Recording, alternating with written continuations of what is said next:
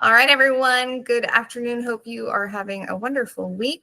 We are going to go through our Ready, Set, Buy presentation. This was actually designed for live in studio type audience, but we are going to just use it for talking points. So you will notice that it's formatted like a game, which means that you should come and play in person if you'd like more information on that. We would love to tell you when our next Ready, Set, Buy in-person event is. So thank you so much for joining us. Let's get started.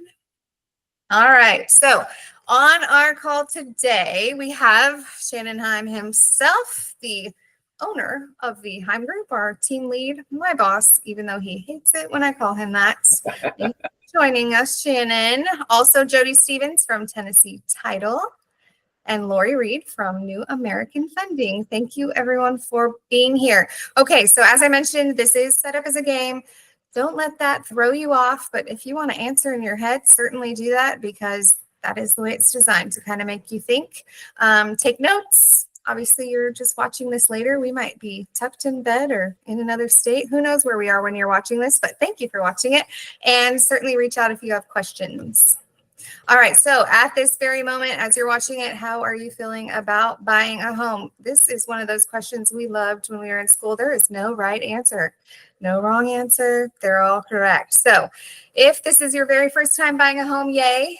We know it might be overwhelming. However, you're not supposed to know what you're doing because you don't do this every day. And that's why you reach out to those like us who are on the call to get the information that you need so we can guide you through the process. This is not as simple as going and buying a couch, sitting on it, making sure it looks good. It's a lot more involved than that, which is why we're here.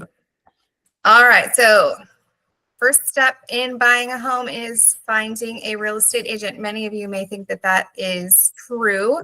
Let's find out.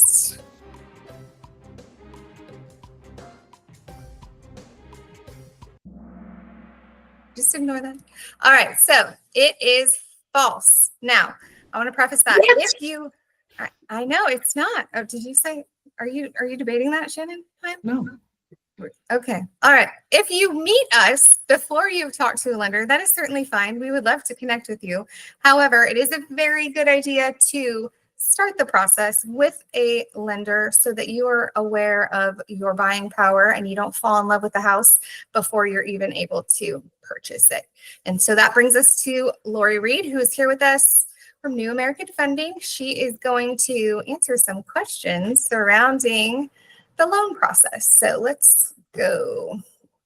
Yes. That is not my lane at all. And all of this stuff on the screen hurts my head in the same way that getting pre-approved or pre-qualified, and we'll talk about those here shortly, hurts my head. And that's why, again, you go to an expert. Oh, I don't know if this is smushed funny, but not a good idea to go and look at houses unless you're pre-qualified at a bare minimum, pre-approved would be ideal. All right, so what is the difference? And Lori, you can elaborate on this if you would like to. Sure. So it's pretty much exactly what's on there.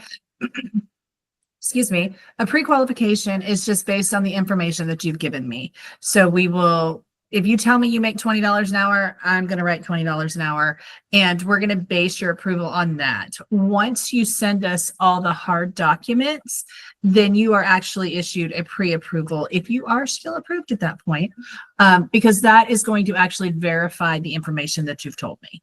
And that's the difference between the two. Perfect. And I always like to tell my clients, it's great to kind of get to that pre-approval process because then you really, it's like double checked, triple checked. Yes. You can confidently know that you've gotten the green light, just in case. I mean, no one intentionally makes something up on their application, but just to make sure that you're truly qualified before you find the house. Yeah. All right. Let's see, a little quiz here. How much house can a buyer afford? As much as they want, right? Or the price range, their price range is based on income, debt, and credit. Is that correct? Yes. Yes. So the income, obviously, then plays into the debts and the credit as well, because we're going to look at your debt to income ratio. That's a very big factor when it comes to how much you can afford.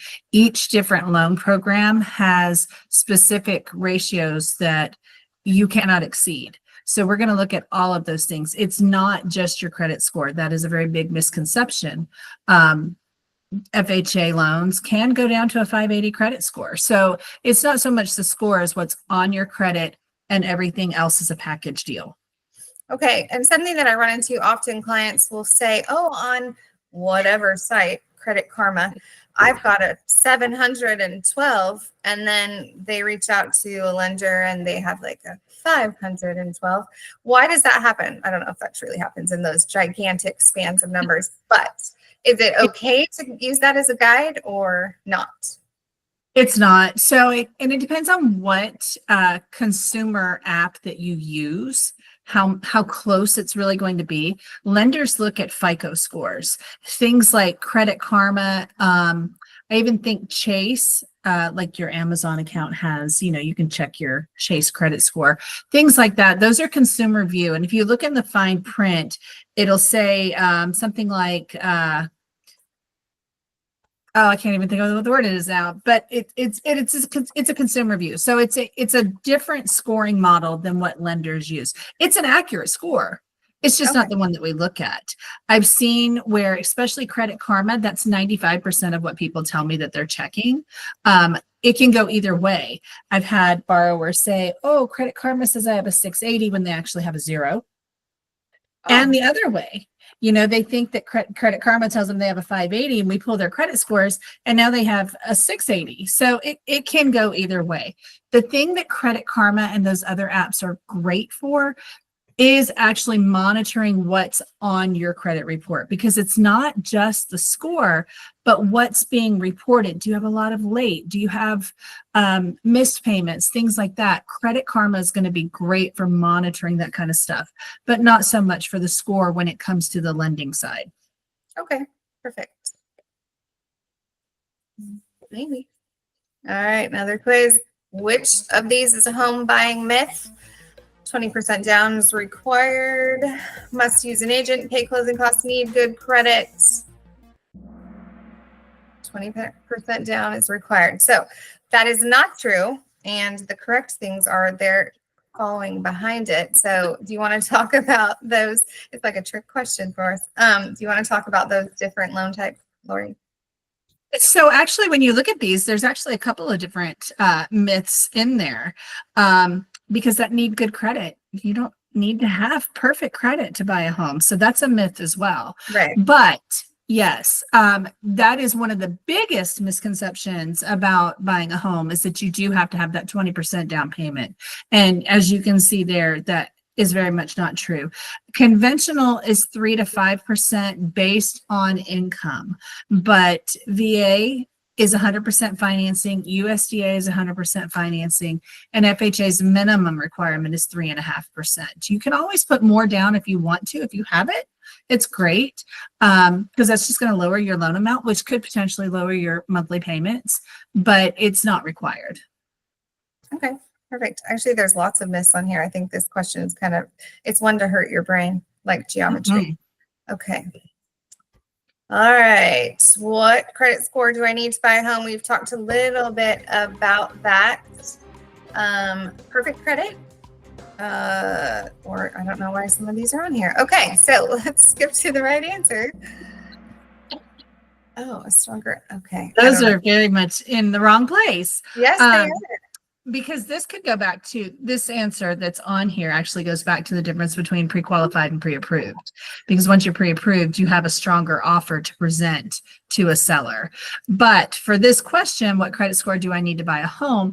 It does vary by lender. Minimum requirements for me, FHA, it does have a 580. You can go lower, but it does require a larger down payment. You can go down to a 500, but you have to have a 10% down payment to do that. Conventional 620, that's almost across the board as a minimum for most lenders. And then VA, again, is very flexible and determined by the lender. They are lender overlays. For myself, I don't have a minimum credit score requirement for a VA loan. You do have to still meet certain credit criteria that the VA puts out, but a minimum score is not there. There's not one. The VA says there's not one, so we don't have one either.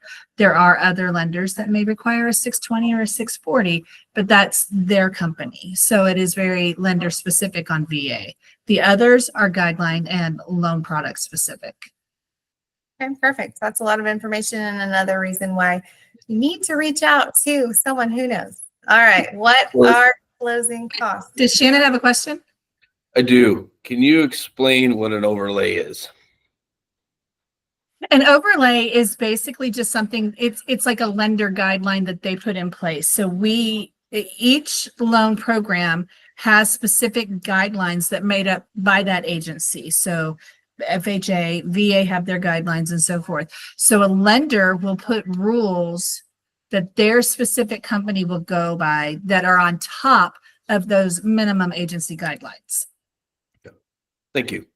You're welcome. Thank you, Shannon, for that question. All right, closing costs. Now, when I talk to clients, they think that these fun things, well, number one, they don't even know what they are. And two, which is fine, that they're able to roll those into their loan, which I think used to be a thing back when I was small, maybe. I don't know. It's not something now, unless very certain circumstances. But Lori, do you want to talk about closing costs? And then I think we touch on it again a little bit later, Shannon, in based on what kind of market we're in and who could potentially pay those. Yeah, so closing costs are just all the costs that are associated with getting your loan. So they're going to be things like your appraisal fee, credit report fee, title fees, which Jody will talk about maybe. She will. And then any prepaids, interest, escrow accounts, things like that. So they're all the things that are associated with getting your loan. They are completely separate from your down payment. So I don't want you to confuse the two because they are two different things.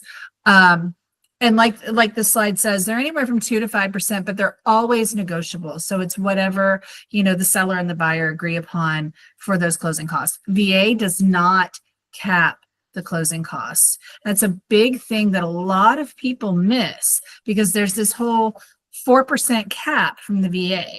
Well, that 4% cap from the VA are on additional items such as home inspections, or if they're going to pay for repairs, to a vendor. Those are concessions and they're capped at the 4%. But other than that, on a VA, there's no limit on closing costs. So a seller can pay all of them. Yes, and we're definitely in that market where that is happening often, which is one positive. All right. All right. Who is responsible for closing costs and what are they? We already kind of touched on that. It is fully negotiable. Okay, so this is just a funny thing, but if you would not quit your job during the mortgage process, that would be great. I don't know if you want to chat about that, Lori, and why? Why? You already said I was approved. Yeah, don't quit your job. Don't move money around. Don't go buy new cars. Don't go buy furniture for the house, all the things, because all of that affects your approval. If I'm giving you an approval based on you making $20 an hour, now you change jobs and you're making $15 an hour, or you're still making $20 an hour, but now you're only working 20 hours instead of 40. The income is not there anymore. So you can shoot yourself in the foot and I can pull that approval back and you won't have a home to live in now. Right. And you all re-verify before closing. It's not like a one-time thing, correct? Correct. About 10 days before we close, we will do another soft pull on the credit report just to confirm that there have not been any new accounts that have been opened. And as soon as we get the clear to close, then we're contacting your employer for a final verification of employment. So you will find out. We will. All right. Okay, so this is just a funny thing, but again, staying in your lane and the importance of talking to those who truly are knowledgeable about this. So Shannon and I will not quote interest rates. We're not going to tell you that, hey, buy this today and it's going to be a 5% rate, or the closing costs are going to be $11,200, because it's not, we can't tell you that. So look at us just like this dog if that happens. All right. So as mentioned before, Shannon is here with us. I'm Jen Ross. I didn't even really say that, but that's who I am. And it says it under my little self on that screen. So I'm sure y'all have figured it out. Krista is our behind the scenes ninja, and she's literally behind the scenes right now. Typically, she'd be with us at the live event. So Shannon is going to go through these. How does a real estate agent help? We've kind of talked about that, but do they approve loans, inspect the property, negotiate your price, or set your mortgage rates? Negotiating on the price. Shannon, do you want to talk about that at all?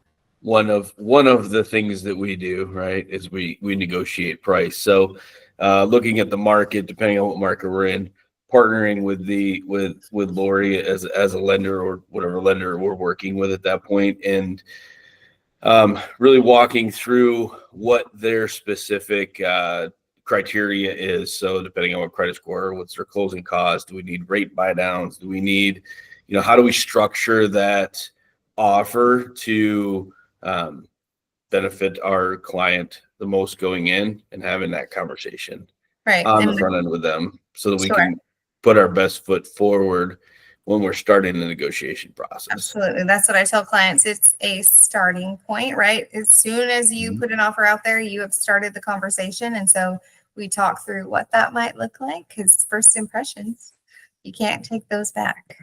Mhm. All right. I don't know why it's like very cut off on my screen. Oh, can you all see the whole thing? Mhm. Oh, okay. Something about viewing our dream homes so that we can show our realtor what we want to look at. We've all popped onto, I remember when I first got my license and I was just looking at homes all day, and I felt really guilty because I didn't think that was my job, but it's totally my job. But I used to, when I had other jobs that weren't real estate, look at houses because it's fun to look and dream. But yeah, when you become a realtor, you're supposed to do that. All right, so we're going to have conversations about what you are looking for in a home, your bedrooms, your bathrooms, minimum square footage, all of those types of things, so that we can try to find something that suits your needs.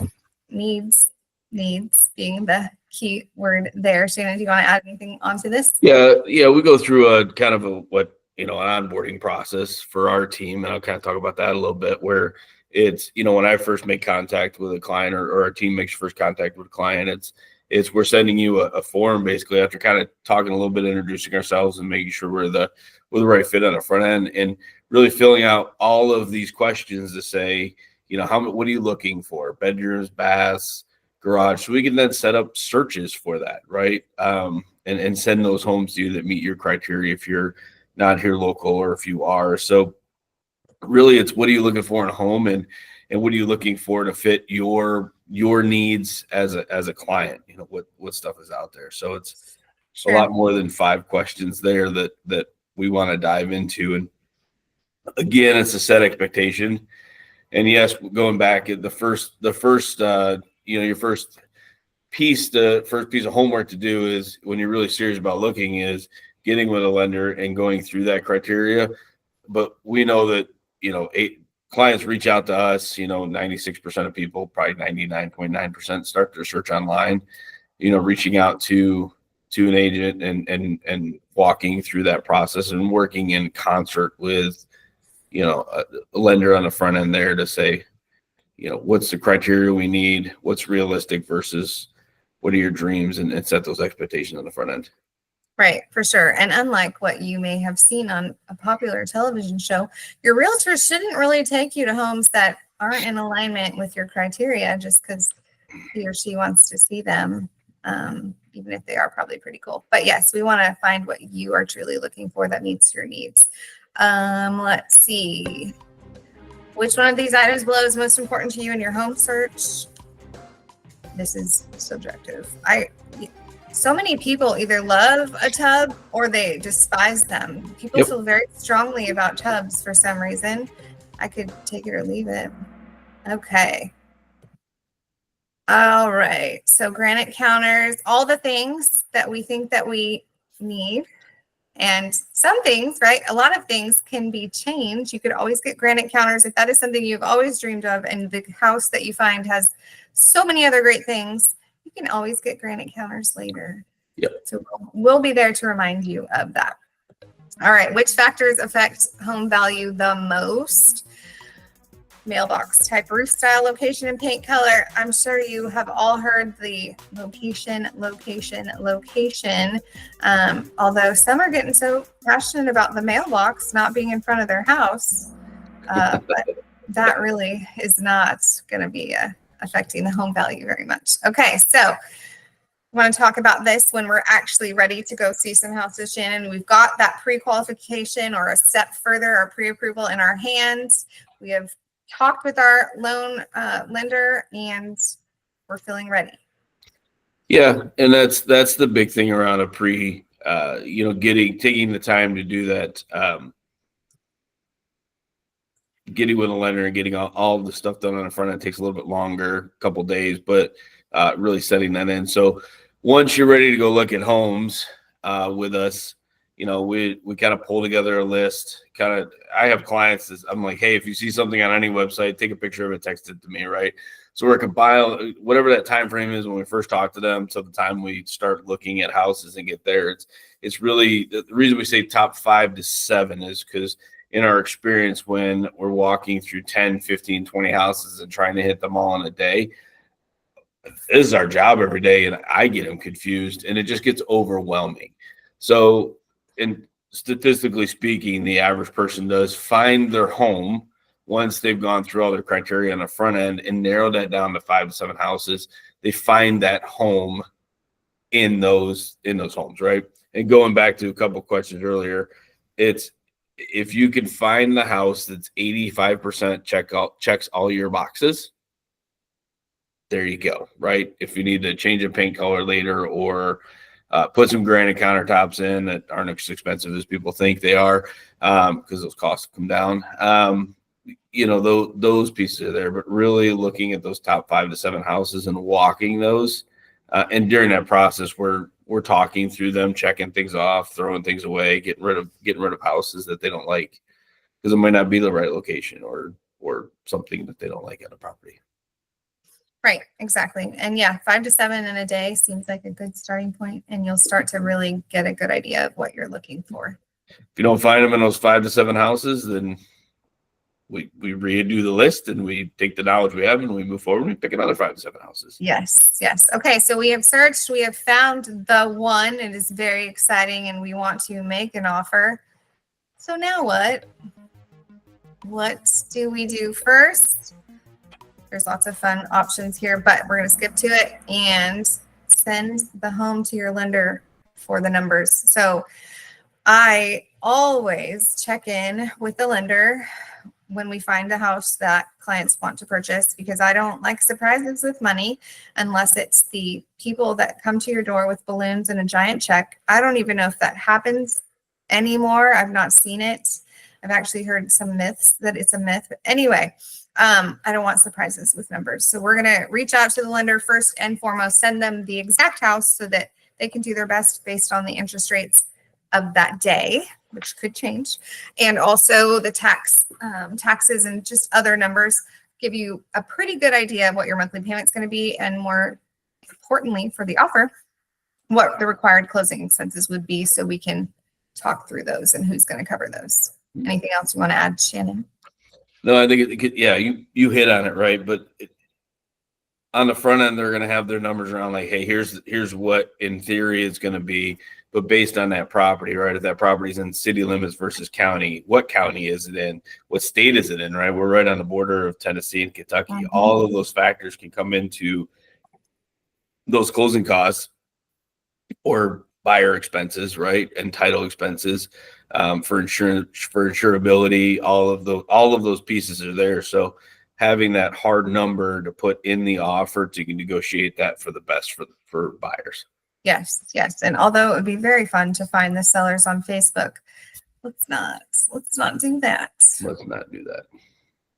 All right. What is earnest money? What's it for? Buying furniture? That sounds fun.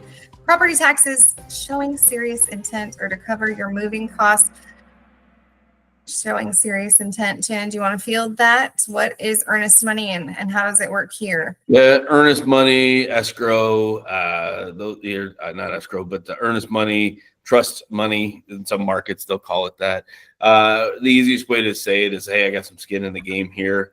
It's money on the front end that the buyer would offer in the contract to say, hey, we want to give you, let's say the house is $200,000 and we want to do 10% of that, right? So, hey, we're going to put 10% of that down.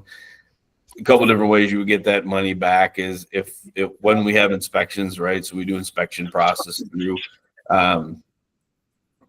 the contract. If something happens on those, if it's written in the contract, you would get your earnest money back. If something happened with financing where something popped up that wasn't there, wasn't known, you could get your earnest money back with the caveat of don't do something that will negate you getting it. So like Lori pointed out to earlier, buying furniture, buying a new car, those types of things will be a default on your side, and they would keep that money.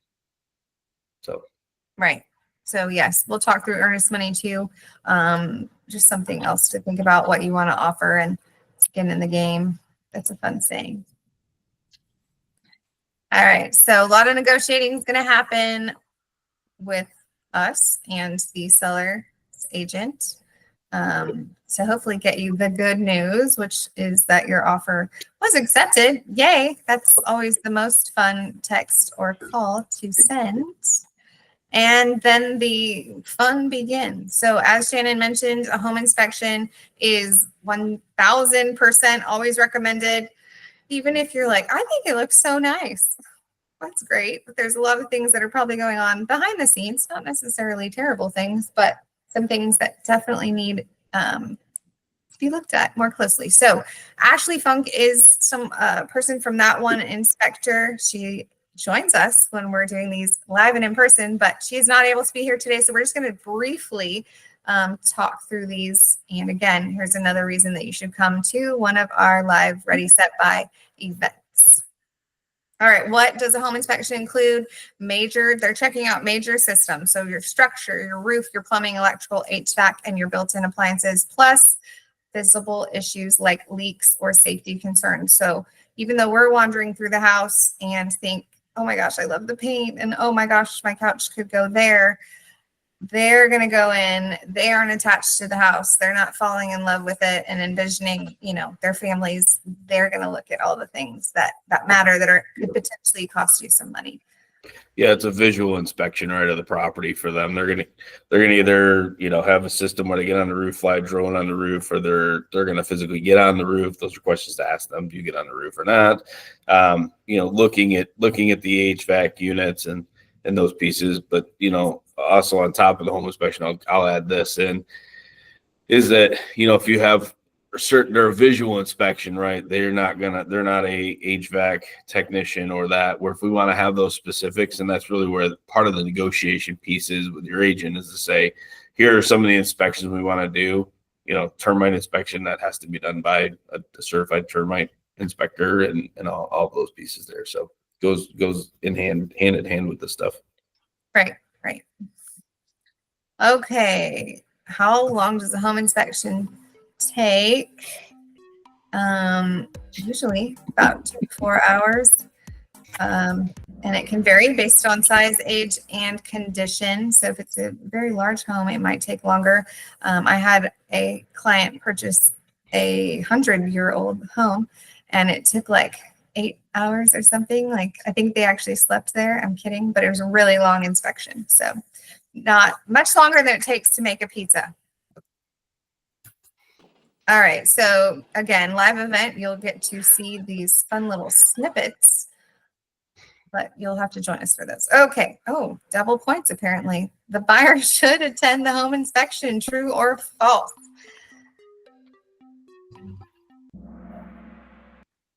Ideally, yes, the buyer should attend. Now, for us specifically here, a lot of times our clients aren't here in person. They sometimes don't even see the house until they've already closed on it.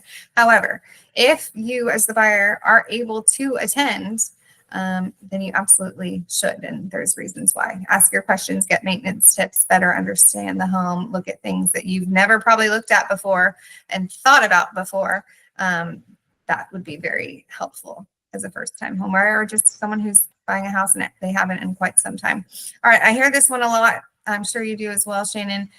Did it pass? Did the house pass? Or like, is that how that works? And the answer is no. Inspections don't result in pass fail. They just talk about the conditions. Yep. You as the buyer, you as the client get to, if you want to use that pass or fail terminology, you certainly can. But it's not something that they are going to tell you like, no, this house cannot move forward. Right. Yeah, it is that, right? We've had stuff where, I think I just had a home inspection this week. It came back with 4 items on it, which were, water was in hot, cold was inverted on a couple faucets. And we've had a list of, I think the largest one I had was like 35 items that were either not working, safety hazards, or, needed some attention. So it's looking at those, and the pass fail is on the consumer, as you just said, right? Is it going to do I want to move forward? Do I not? And this is the point where, hey, if it doesn't move forward based on the home inspection and we have that earnest money back in there, then we could get that earnest money back, terminate the contract on this, go on to the next one. That inspector still collects their fee for doing that home inspection on that property. But I'd rather spend a few $100s to know that I'm not going to purchase a home, or that there's what the potential hazards are for me going forward, versus getting in the house and spending thousands upon thousands of dollars to fix issues afterwards. Correct. All right, let's see. Are cosmetic issues included in the report? No, they're not. They are not looking at those things. If there is something crazy that's like a potential tripping hazard, if the floors have been chewed up so much by a dog, then they'll likely put those on there, but they're not looking to see if the paint is rough or needs to be redone. All right, new construction homes are exempt from needing an inspection. How do we feel about this? No one answered. It's not here. Oh, okay. We need to talk about that one. So I actually do have buyers that say that, oh, it's a brand new house, I don't need to have that inspected. That's silly. Why would I do that? You still should absolutely do that. Yeah, homes are built by humans, and things can, I think the best new construction one I had was change the air filter, and that was it. But you get little stuff, soffit. People miss stuff, soffits, flashing. Miss a couple items there. What I say to people is, usually it becomes a checklist for the builder. Keep going. Usually it's a checklist in addition to our builder walk that we're doing that does look at the cosmetic side of it on the builder walk. We're blue taping and teaching the client about the home, how to take care of it. Right, exactly. There are always things found. That's what I tell clients, even on brand new homes. Okay, so going through this, it's usually about $400 to $600 for a home inspection, and that can vary based on which inspections you want to have done. And we'll, of course, talk through that as we get to that point. An appraisal, what is this for? Let's learn about appraisals. Oh, let's Shannon talk about appraisal. What is an appraisal? Is it an inspection that's like a home inspection? Lori, I'm going to toss that question over to you. What's the difference between an appraisal and a home inspection? You're muted. Of course I was. An appraisal is when a licensed appraiser visits the property and looks at it. And basically, they have things that they're going to look at: square footage, age of home. Are there any deficiencies with the property that do not meet the minimum property requirements for that specific loan program? The inspection is to go through and look at every single little thing that can or will potentially go wrong with the property. An appraisal is just to find out what the appraised value is. It is based on on comparable properties that have closed within a certain mile radius within the last 6 months. Yep. That's it. Yes, Yeah, and we'll so- talk through. Are you going to add more to that, Shannon? Go ahead. You're good. Okay. We'll talk, of course, more about that when you're at that point in the, oh, it's not letting me go forward now. All right. So Denise from Allstate is not able to be with us today either. She would, of course, be with us if we were live, but we're going to briefly, we're not even going to talk about that one. The claims follow the person or the property. So when you're securing insurance, which is part of what you will have to do when you're purchasing a house, homeowners insurance, there are claims that may have happened on a property before.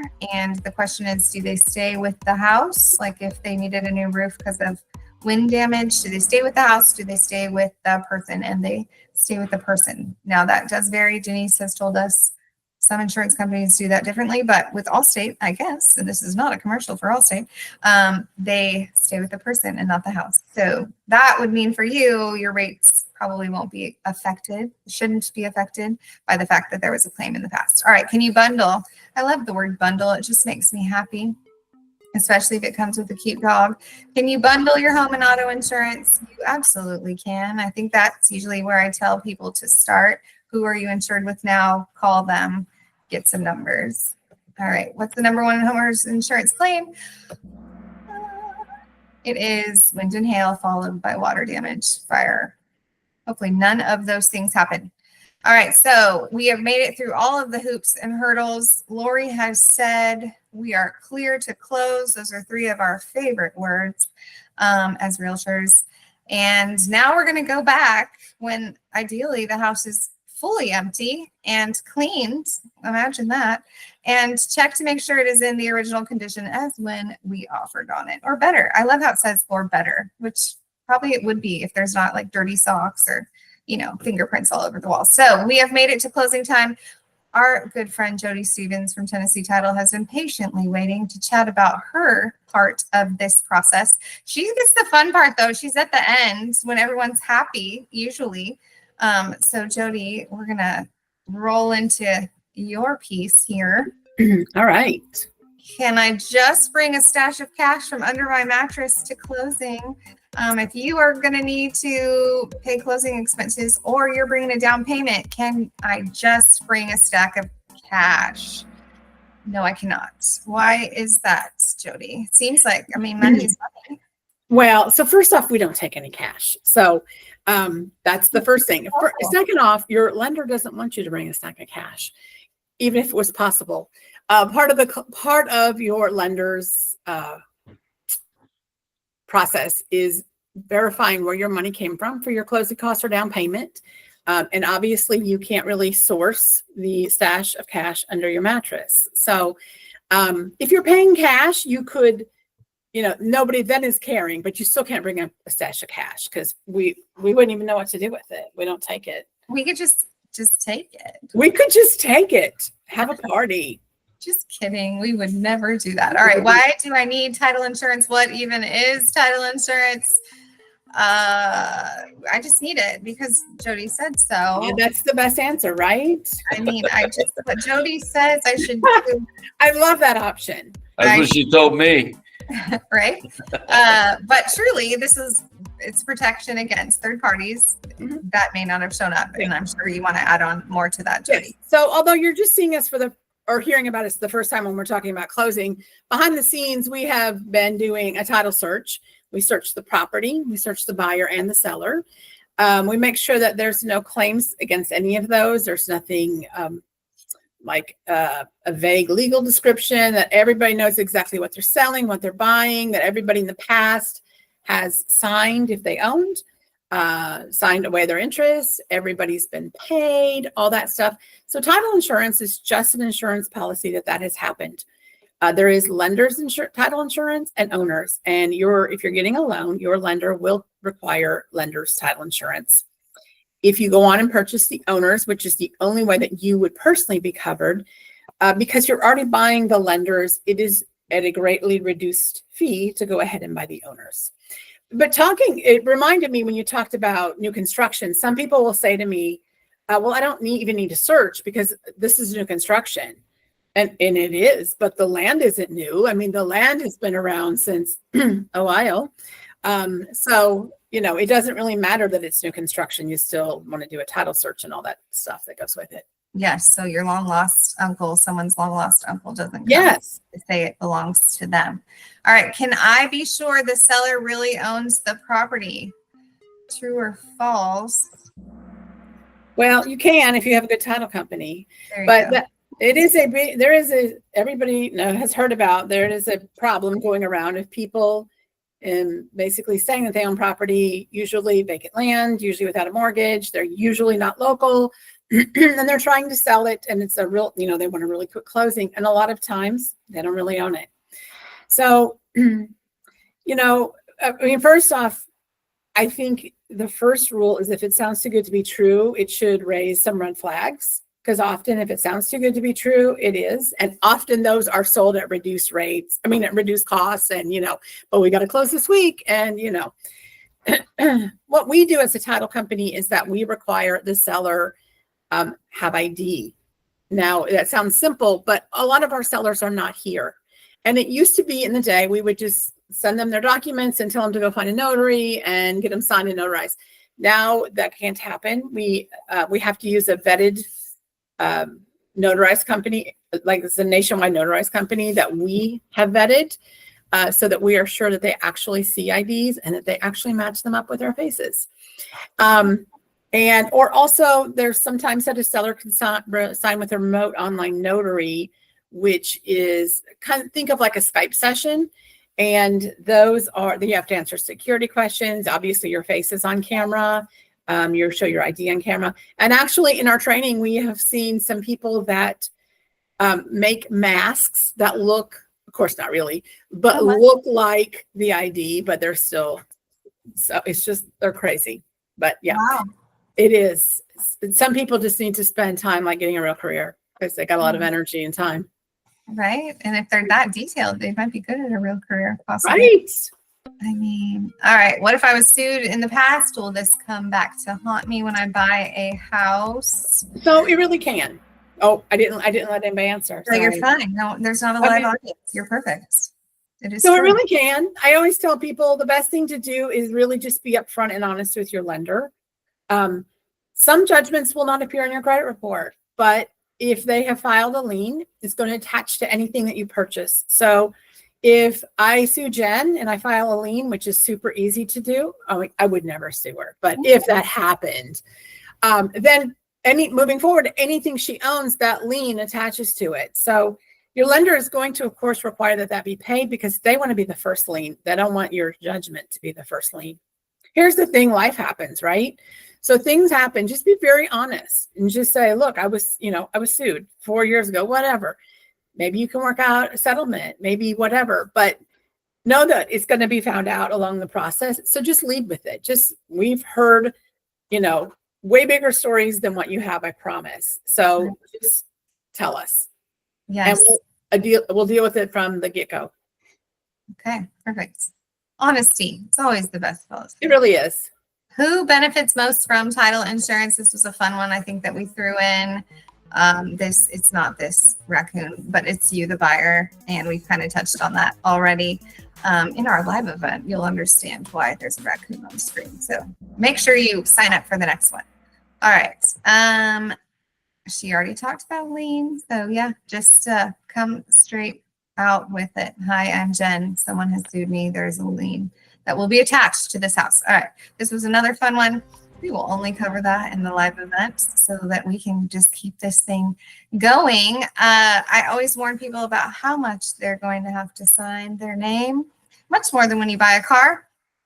So just be prepared, little, hand workout prior to coming. If you have carpal tunnel, maybe get a power of attorney. I don't know, because it's a lot of signing. All right. So that is the process.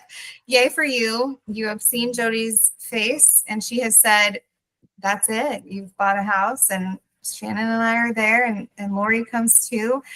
Usually the home inspector doesn't, but you know what? We can ask. And also Denise, we'll just have one big party at Tennessee Title because you are now a homeowner. So hopefully this was super informative. In our live event, at this point, we have you scan the QR code and submit questions anonymously because we don't want to put anyone on the spot. If you are a person who likes to be put on the spot, if you want to raise your hand though and ask us questions, we'll certainly allow that. But this would be the point where we would field questions. So again, another shout out to you attending an in-person live. When you're alive, come to our event. All right. So thank you to everyone that has joined us today. And we'll continue to do these informative things, but I appreciate you all taking the time and on this afternoon to educate our buyers. Thank you. Thank you. Have a good afternoon.